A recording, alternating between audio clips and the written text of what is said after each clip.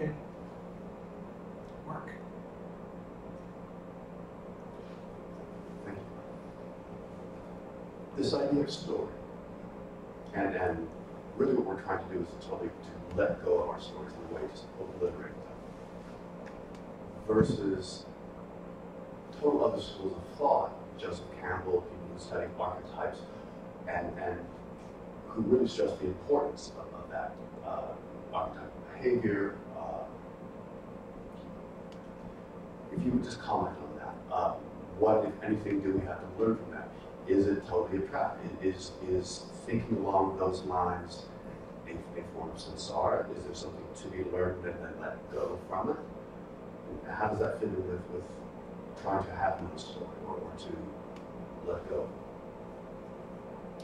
And the contrast between having no story is, can you flesh it out? What's the importance of it? Some people feel that these archetypal stories, like you're talking of Joseph Campbell, myth, hero myth, all of it. It's very important that it's a part of our psyche. That there's something, guiding principles in that, which would seem to be a guiding principle for samsara and just more insanity rather than.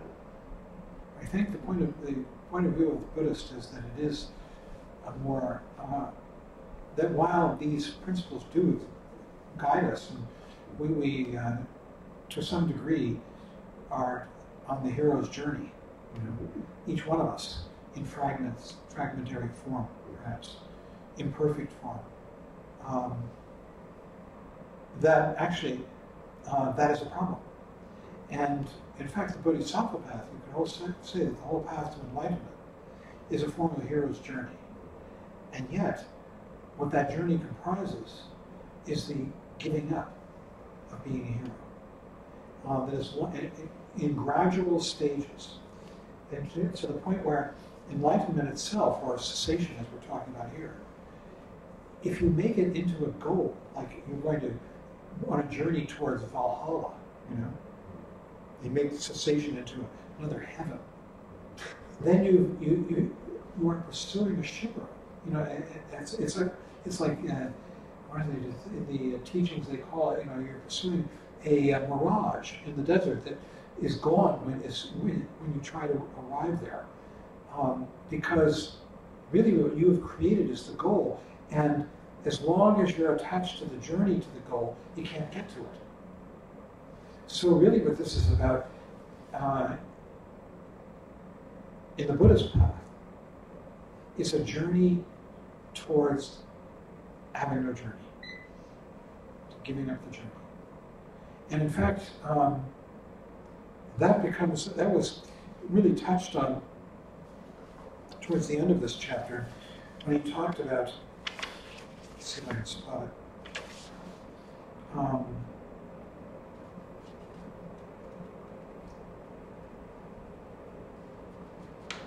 The very fact of trying so hard is the way we got into trouble in the beginning.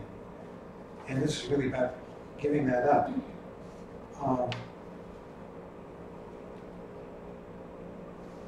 It's an irony that we're achieving the ultimate state of non-achievement, openness and relaxation. And by doing that, we make ourselves available to the world.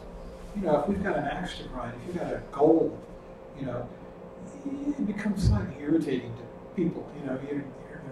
Here's John again with his axe to grind, his goal, and you don't see the world except through your warped vision. So I think,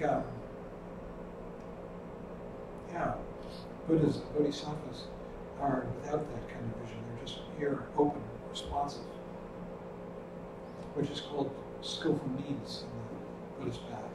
They can see the world as it is, prajna, seeing the world as it is, and respond to it properly, accurately. Yeah, one thing about the archetypes, and it's kind of like our collective karma, right? I think that's where Joseph Campbell also comes from, is that it's the path of self-knowledge, and that's really important. What is? It's a What is a part of soul? To recognizing archetypes and patterns, such as the stories that we're telling, etc. So that it is actually part of, recognizing the illusion of everything. The what of everything? The illusion of everything. So I think it's from that aspect it's important, but it's part of the Buddhist journey as well. Does that make sense? It makes complete sense.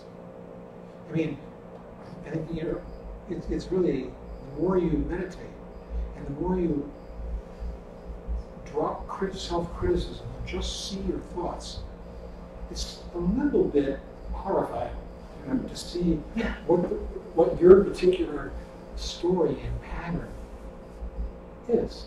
Yeah, sometimes you sit, you can sit down to meditate like first thing in the morning, and you'd be like, okay, and you'd be like, yeah, I've got it sorted, this is what I'm doing today, and you'd be like, I'm gonna have a really good time, and you sit down and you're like, oh my god, this all starts drawing out, like almost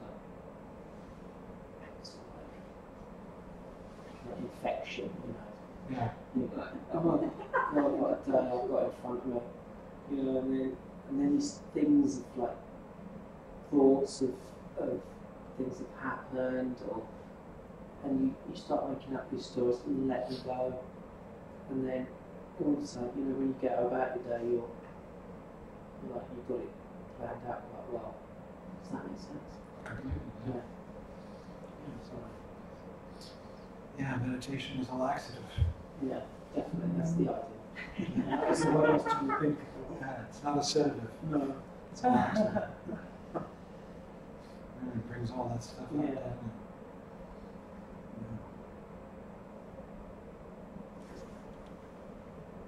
it? Lane? I think it just works.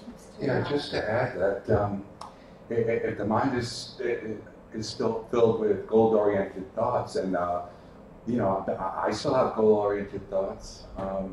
It's just so habitual, and you just watch it. You just watch those thoughts, and they dissipate little by little. So even goal-oriented thoughts, they're not a problem. They're like any other thought. You just have to give it the attention. Yeah. You can be an artist. I mean, this kind of meditation, this kind of mind, Trump Rinpoche used to call it art in everyday life. Everything, when you have that kind of awareness, can become art. The way you, in his case, held a cigarette, held a glass of scotch, the gestures. Truly, it's everything becomes an act of appreciation and awareness, and that is the sort of the Buddhist notion of what art really is about.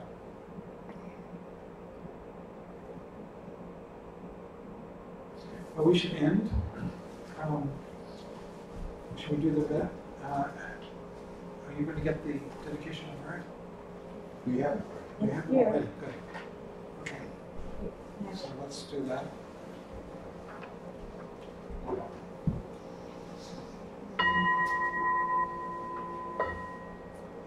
By this merit and all obtained omniscience, may it defeat the enemy wrongdoing, from the stormy waves of birth, old age, sickness, and death.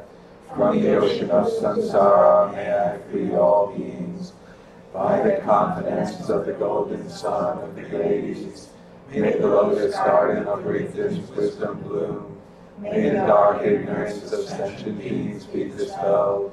May all beings enjoy profound, brilliant glory.